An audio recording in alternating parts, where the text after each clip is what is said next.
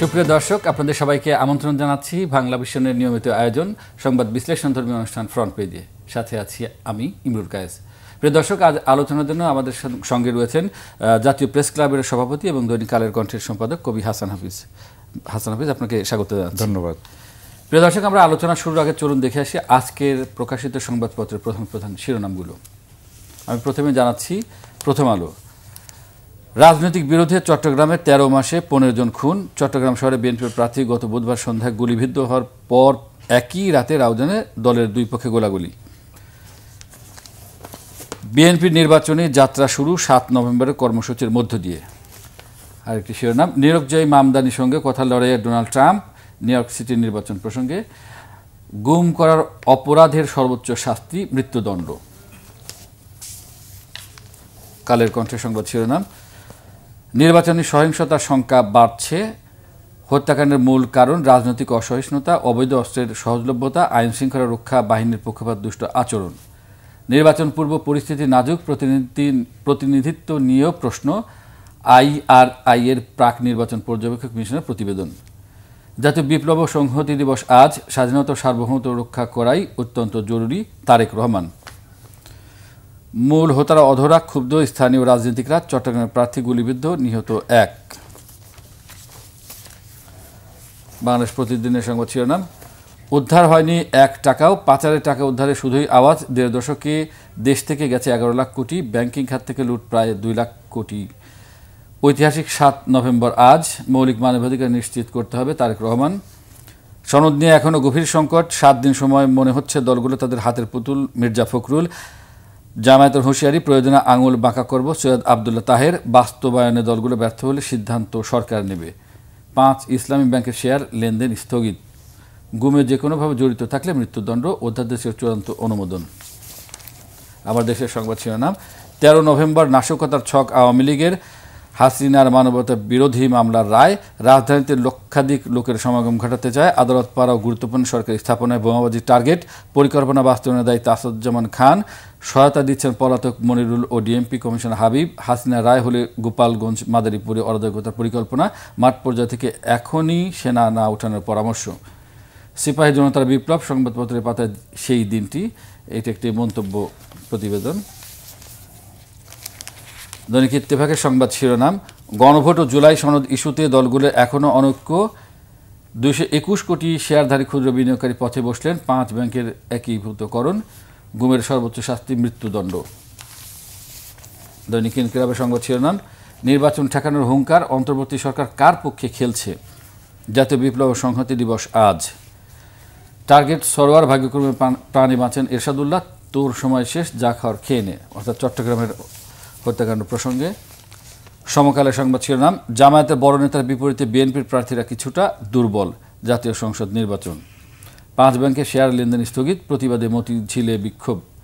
প্রাথমিকের সঙ্গীত ও শারীরিক শিক্ষকের পদ পুনর্বহালের দাবি। ৫ বিশ্ববিদ্যালয়ের প্রতিবাদ বিক্ষোভ। যুগান্তরের সংবাদ শিরোনাম, গণভোট ও জুলাই সনদ ইস্যুতে উত্তপ্ত রাজনীতি। বিএনপি জামায়াত মুখোমুখি। যশোরে স্মরণসভায় মির্জা ফখরুল। ভোটের দিনই গণভোট, আগে পরে কিছু নয়। দাবি না মানলে ঢাকার চিত্র ভিন্ন হতে পারে। ৮ দলে স্মারকলিপি দেওয়ার পর পরোয়ার। আজ জাতীয় বিপ্লব ও সংহতি দিবস। মানব জমিনের সংবাদ শিরোনাম, জুলাই সনদ বাস্তবায়ন দলগুলোকে আলোচনায় বসাবে কে। আইআরআই এর রিপোর্ট, বাংলাদেশের প্রাক নির্বাচনী পরিস্থিতি এখনও নাজুক। ৮ সুপারিশ। কালবেলা সংবাদ শিরোনাম, নির্বাচনী মাঠের ভয়, অবৈধ অস্ত্র। আজ জাতীয় বিপ্লব ও সংহতি দিবস। চূড়ান্ত গণতন্ত্র চর্চার জন্য সুষ্ঠু নির্বাচন নিশ্চিত করতে হবে, তারেক রহমান। দেশ রূপান্তর, বাংলাদেশের প্রাক নির্বাচনী পরিবেশ নাজুক। আইআরআই এর প্রতিবেদন। প্রচার চালাতে প্রার্থীদের ডর, জনসংযোগে গুলি। নয়া দিগন্ত, মধ্যবর্তী সিদ্ধান্ত আসতে পারে। জুলাই সনদ বাস্তবায়ন, জামায়াত সহ ৮ দল ও বিএনপির বিরোধ মীমাংসা নিয়ে বিশ্লেষণ।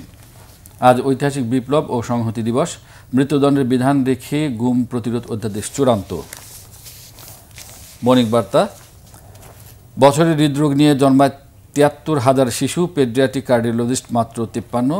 বিশেষ অলিম্পিকে সাফল্যের প্রতিবন্ধীদের জন্য নেই কোনো ক্রীড়া কমপ্লেক্স। ডেইলি স্টারের সংবাদ শিরোনাম, BNP lies upset over delay in seat sharing. Pre-polls climate remains fragile, says US-based International Republican Institute. Government clears draft law with death penalty, enforced disappearance. এবং সর্বশেষ নিউ এজের সংবাদ শিরোনাম পড়ছি, death penalty trial in 120 days stipulated, enforced disappearance ordinance approved. 5 hit with bullet in Raujan BNP faction clash. Jamaat allies demand referendum date by November 10. জনাব হাসান হামিদ, আমরা সংবাদ শিরোনামগুলো পড়লাম প্রত্যেকটি পত্রিকায়। বেশিরভাগ পত্রিকায় আমরা দেখছি যে আজকে 7 নভেম্বর, আপনি জানেন যে ঐতিহাসিক একটি দিন, বিপ্লব ও জাতীয় বিপ্লব ও সংহতি দিবস। এই দিনে আসলে ইতিহাসের একটি বাঁকবদলের দিন। তো এই দিনটি নিয়ে আপনি একটু মূল্যায়ন প্রথমে জানতে চাই। তখন তো 75-এ এই ঘটনাটা ঘটেছিল, সেটার মাধ্যমেই কিন্তু শহীদ প্রেসিডেন্ট জিয়া ক্ষমতায় আসেন। সিপাহী জনতার অভ্যুত্থানের মধ্য দিয়ে বাংলাদেশের স্বাধীনতা, সার্বভৌমত্ব তখন বিপন্ন হয়েছিল। সাধারণ মানুষ এবং সিপাহী, যেই আমাদের দেশপ্রেমিক সেনাবাহিনীর যেই দেশপ্রেমিক অংশ, তারা কিন্তু রুখে দাঁড়িয়েছিল সেই ষড়যন্ত্রের বিরুদ্ধে। সেই চক্রান্তকে রুখে দাঁড়ানোর ফলেই কিন্তু বাংলাদেশ একটা সুসংহত সার্বভৌমত্বের এবং নিজের পায়ে দাঁড়ানোর একটা ক্ষেত্র তৈরি হয়েছিল। এবং শহীদ প্রেসিডেন্ট জিয়া আধুনিক বাংলাদেশের যিনি রূপকার, তিনি কিন্তু দৃঢ়তার সঙ্গে বাংলাদেশের মর্যাদাকে বিশ্ব দরবারে সুউচ্চ আসনে প্রতিষ্ঠিত করেছিলেন। এবং আপনি জানেন যে ইরান ইরাক যুদ্ধের মধ্যস্থতা পর্যন্ত প্রেসিডেন্ট জিয়াউর রহমান করেছিলেন এবং সার্কের স্বপ্নদ্রষ্টা তিনি ছিলেন। বাংলাদেশের স্বনির্ভরতার ক্ষেত্রে খাল খনন থেকে ধরে সমস্ত আধুনিক মানুষ, নারীদের উন্নয়নে, শিশুদের কল্যাণে অনেক আধুনিক জিনিসের কিন্তু প্রবর্তক। এবং আমাদের যে গার্মেন্টস শিল্প এত রমরম করে চলছে এখন, সেটারও কিন্তু সেই সময়ে ব্যাপক প্রসার ঘটেছিল, সেই ভিত্তিটা উনি তৈরি করেছিলেন। সুতরাং এটা অনেক ঐতিহাসিক দিন। আপনি জানেন যে ফ্যাসিস্ট পতিত আওয়ামী সরকার 7ই নভেম্বরের সরকারি ছুটির দিন বাতিল করেছিল। এখন আমরা অপেক্ষা করব নতুন নির্বাচিত সরকার এলে সে দিনটিকে যথাযথ মর্যাদায় যেন আবার অভিষিক্ত হয় এবং মানুষ যেন সেই ইতিহাসটাকে মনে রাখে এবং সেটার আশ্রয় করে, সেটাকে ভিত্তি করে আমাদের স্বাধীনতার সার্বভৌমত্ব যেটা সুসংহত করার জন্য যে অঙ্গীকার এবং দেশপ্রেম, সেটার পরিচয় আমরা দিতে পারবো। এই বিএনপির অ্যাক্টিং চেয়ারম্যান জনাব তারেক রহমান বলেছেন যে স্বাধীনতা সার্বভৌমত্ব রক্ষা করাই এই মুহূর্তের সবচেয়ে জরুরি কাজ। ষড়যন্ত্র আমাদের আছে, নির্বাচনের বিরুদ্ধে ষড়যন্ত্র। আপনি তো বললেন যে আওয়ামী লীগ কিন্তু চেষ্টা করছে একটা বড় ধরনের ম্যাসাকার ঘটানোর জন্য, এবং পলাতক আওয়ামী নেতারা তাদের তো বিপুল টাকা তারা পাচার করেছে এবং সন্ত্রাসীদেরকে তারা লালন পোষণ করেছে, সমস্ত কিছু ধ্বংস করে দিয়েছে। আমাদের প্রশাসন, বিচার ব্যবস্থা, শিক্ষা ব্যবস্থা, সব কিছু, অর্থনীতি। তো সেই অপচেষ্টা তারা এখনও করে যাচ্ছে।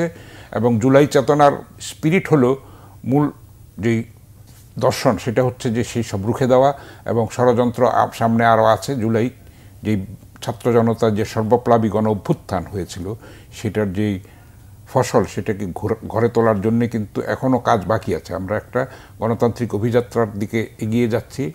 অনেক ষড়যন্ত্র আছে। আপনি তো পড়লেন যে নির্বাচনী সহিংসতাও বেড়ে চলেছে এবং হানাহানি বেড়ে চলেছে। এইটার মধ্যে দিয়ে কিন্তু পতিত স্বৈরাচারী সরকারের যেই দোসররা আছে, তারা কিন্তু নানানভাবে অবৈধ অস্ত্রের ঝঞ্ঝনানি আছে।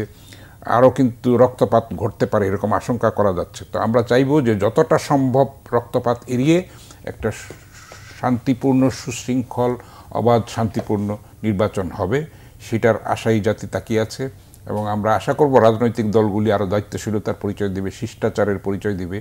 অতীতের ভুল থেকে, অতীতের অন্যায় থেকে শিক্ষা নিয়ে তারা কিন্তু নতুন বাংলাদেশ বিনির্মাণের যেই চেতনা, যেই আকাঙ্ক্ষা এবং প্রত্যাশা এবং জনতার অভিপ্রায়, সেটাকে তারা পাঠ করতে পারবে এবং সেই অনুযায়ী নিজেদের গুণগত পরিবর্তন ঘটাবে। নিজেদের অঙ্গীকারের ব্যাপারটা থাকবে তাদের রাজনৈতিক দর্শন বলেন, নির্বাচনী ইশতেহার বলেন, সব কিছুর মধ্যে। আপনি নির্বাচন প্রসঙ্গে যেহেতু বললেন, আপনার কালের কণ্ঠে একটি সংবাদ শিরোনাম করেছে, নির্বাচনী সহিংসতার সংখ্যা বাড়ছে, পরিস্থিতি নাজুক। অর্থাৎ নির্বাচনের আগে যে ধরনের পরিবেশ থাকা দরকার, আমরা তো জানি ফেব্রুয়ারিতে নির্বাচন অনুষ্ঠিত হবে এবং সব পক্ষই সেটা বোঝে, সরকার সহ। তো IRI, এটি হচ্ছে যুক্তরাষ্ট্রের রিপাবলিকান ইনস্টিটিউট, তারা সাধারণত এই সমস্ত বিষয় নিয়ে গবেষণা করে থাকে। তাদের একটি রিপোর্ট প্রকাশ করেছে এবং সেখানে বলা হয়েছে যে সেই ধরনের পরিস্থিতি কিন্তু এখনও আসেনি, এখনও নাজুক। এবং আরেকটি সংবাদপত্র শিরোনাম করেছে যে নির্বাচন নির্বাচনের আগে যে প্রার্থীদের প্রচারণা সেটা নিয়ে কিন্তু এক ধরনের ভয় কাজ করছে। চট্টগ্রামের ঘটনাকে কেন্দ্র করে গুলি চালানো হচ্ছে। তো এই যে পরিবেশ পরিস্থিতি, এটা তো আসলে যদি উন্নতি করা না যায় তাহলে নির্বাচন পরিবেশ প্রচার কিভাবে চলবে? সংখ্যার মধ্যে তো পড়ছেই। আবার কিন্তু প্রথম থেকে দেখা যাচ্ছে যে ভয়ঙ্কর একটা অবস্থা। আমি বললাম যে অবৈধ অস্ত্র কিন্তু উদ্ধার করা সম্ভব হয় না এবং অনেক বন্দী পলাতক আছে কিন্তু জেলখানা ভেঙে। যে 5ই আগস্টের পরে কিন্তু অনেক ঘটনা ঘটেছিল, সেগুলি কিন্তু সেইভাবে পুলিশ ঘুরে দাঁড়াতে পারে নাই আমাদের প্রত্যাশিত রকমের। কারণ পুলিশকে এমনভাবে ব্যবহার করা হয়েছিল দলীয় স্বার্থে, ক্ষমতা কুক্ষিগত করে রাখার জন্যে।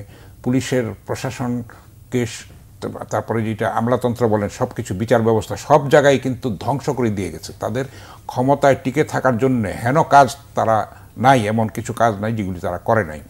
ফলে সেটার কুফল কিন্তু আমাদের ভোগ করতে হচ্ছে এবং দীর্ঘদিন ভোগ করতে হবে। প্রশাসনে, পুলিশে স্তরে স্তরে কিন্তু ডিএনএ টেস্ট করে কিন্তু ছাত্রলীগ এবং গোপালগঞ্জের লোকদেরকে রিক্রুট করা হয়েছে। সেগুলি বাদ দিতে গেলে কিন্তু ঠক বাঁচতে গা উজাড় হয়ে যাবে।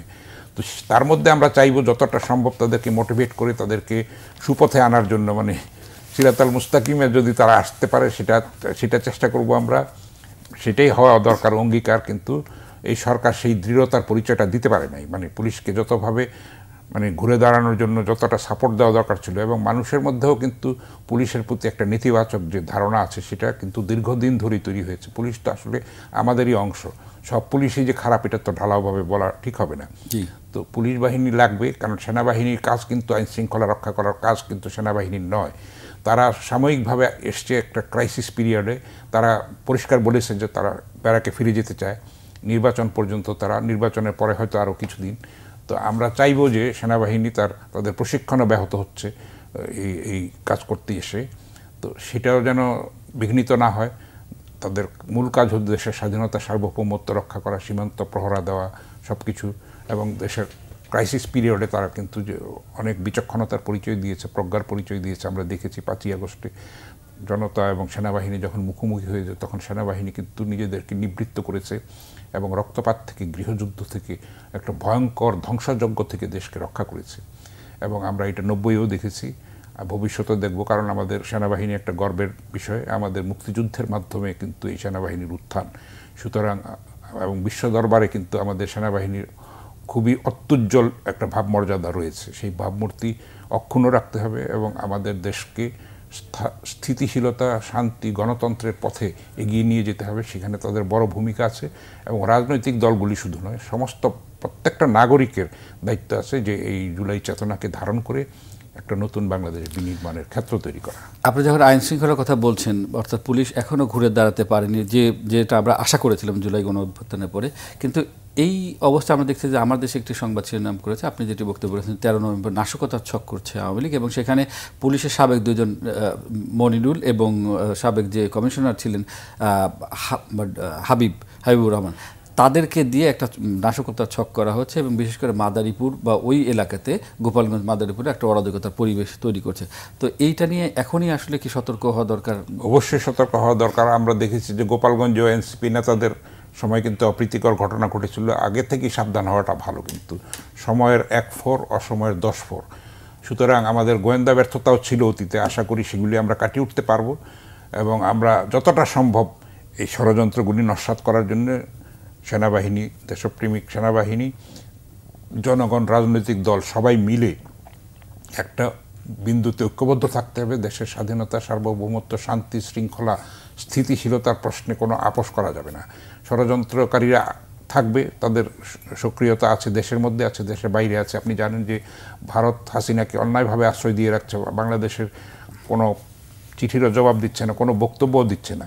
এবং ওখানে অনেক পলাতক খুনিরা আশ্রয় নিয়ে আছে। তারা কিন্তু নাশকতা করে যাচ্ছে এবং সেগুলির ইন্ধন যোগাচ্ছে। যেহেতু তারা বিপুল সম্পদ পাচার করেছে, সেগুলি দিয়ে কিন্তু এগুলি ইতিমধ্যে প্রমাণিত হয়েছে। যাদেরকে ধরা হয়েছে পুলিশ, সেগুলি তাদের জিজ্ঞাসাবাদে কিন্তু এগুলি বেরিয়ে এসছে সত্যগুলি।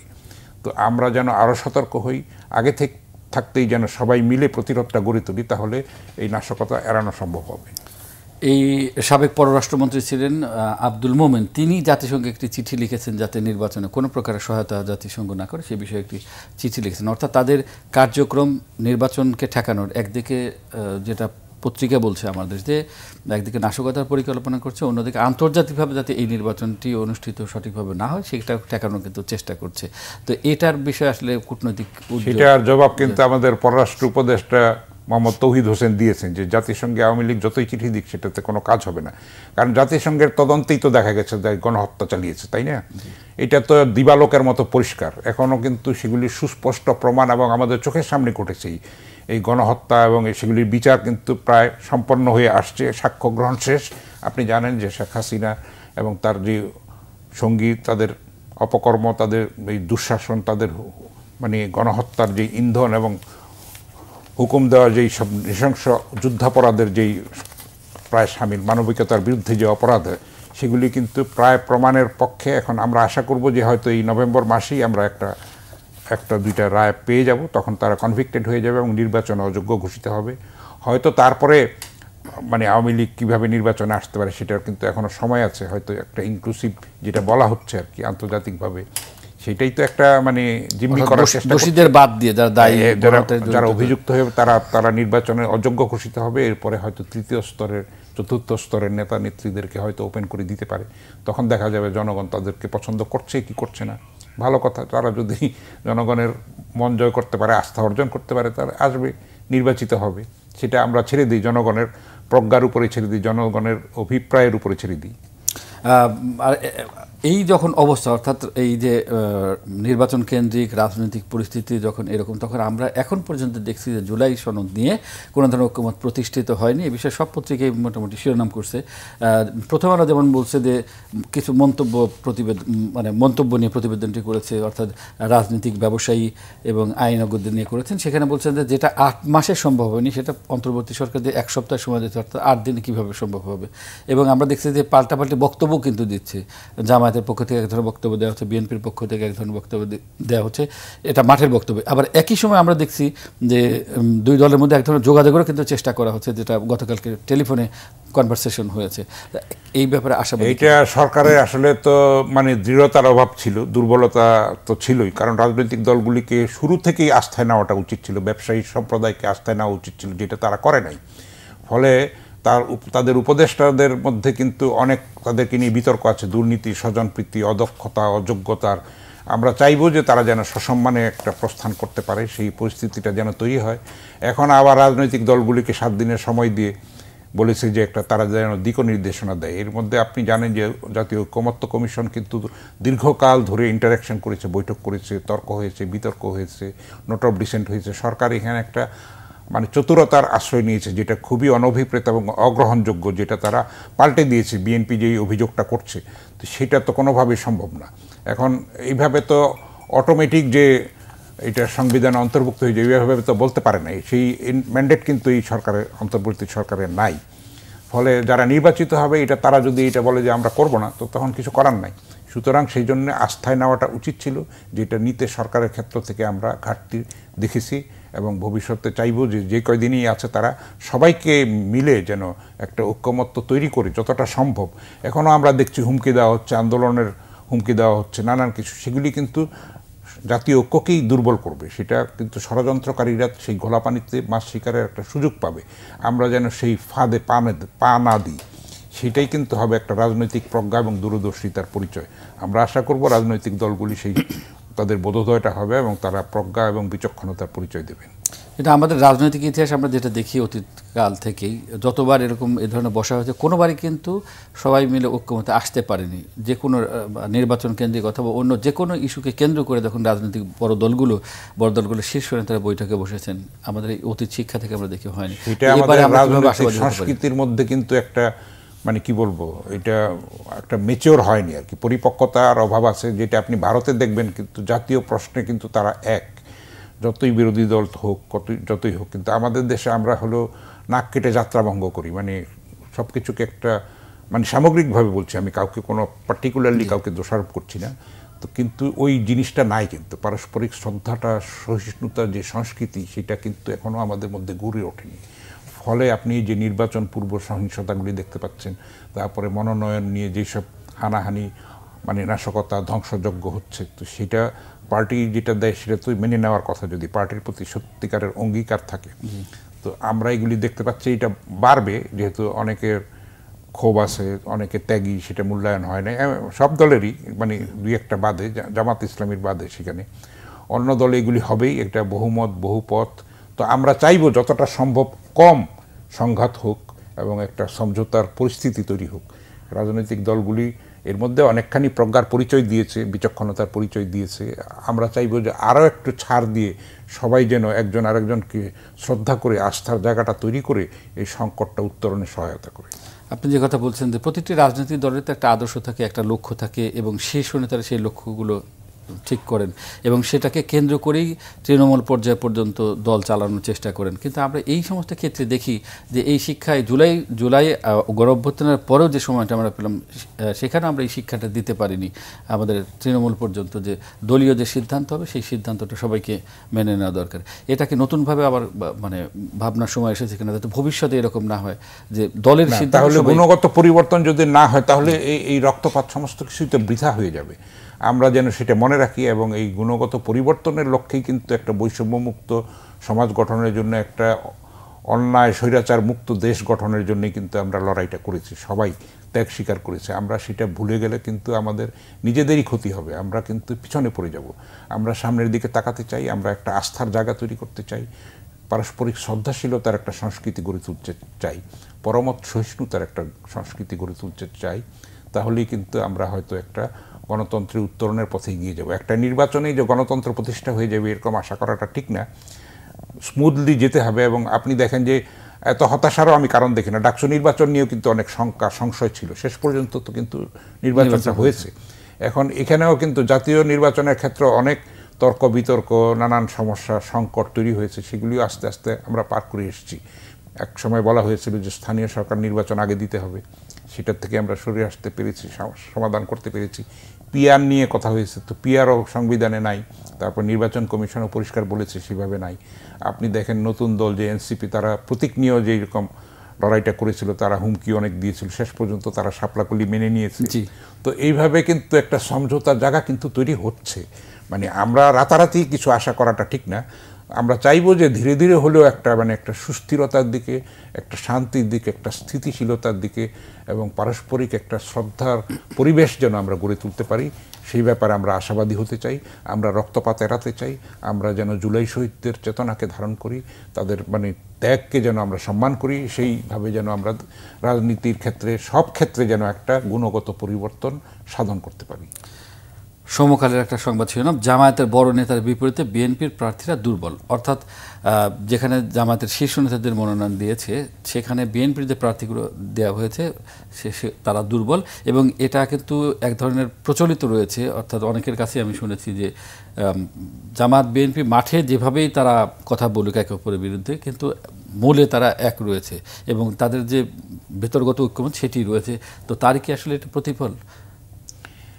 এখন জামায়াত এবং মানে বিএনপির মধ্যে তো সাংগঠনিক যেই ভিত্তি এবং যেই একটা কৌশল এবং মানে দলের যেই কাঠামো, সেগুলির মধ্যে কিন্তু গুণগত পার্থক্য আছে। জামায়াতের আপনার প্রার্থী নিয়ে কেউ কোনো সেরকম বিদ্রোহ হবে না, কিন্তু বিএনপিতে হবে। বিএনপিতে হবে কারণ বিএনপি তো সেই বহুমতকে ধারণ করে এবং ওইভাবে রেজিমেন্টেড দল না।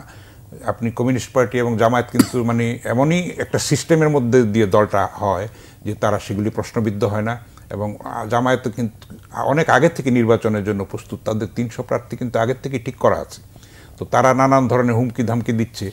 তো এইটার ক্ষেত্রে বিএনপি এটা তুলনা করাটা ঠিক হবে না। বিএনপি কিন্তু না, প্রশ্নটা হচ্ছে যে জামাতের যে শীর্ষ নেতা, তাদের আসলে এক ধরনের তাদের মধ্যে ঐক্য আছে এবং এটা সিট ছাড় দেওয়ার ক্ষেত্রে, আসন ছাড় দেওয়ার ক্ষেত্রে, যে হয়তো ওই আসনগুলো জামাতকে ছেড়ে দেওয়া হবে, এই ধরনের দুর্বল প্রার্থী দেওয়া। এটা আসলে অন্তরালে অনেক কিছুই আছে। ভোটের ক্ষেত্রে তো এটা সমীকরণ হবে, নানান ধরনের মেরুকরণ হবে, এটা প্রকাশ্যে হবে, অপ্রকাশ্যে হবে, এখনও এটা শেপ নেয় নাই, আপনি তফসিলি ঘোষণা হয় না। তারপরে তো এটা যেগুলি প্রার্থী তালিকা হয়েছে সেগুলি তো খসড়া মাত্র, এটার মধ্যেও মানে পুনর্বিবেচনা হচ্ছে, সংশোধন হচ্ছে। যেমন আপনি সিলেটের মেয়র ছিলেন যে আরিফুল হক চৌধুরী, তাকে প্রথমে দেওয়া হয়নি, পরে দেওয়া হয়েছে।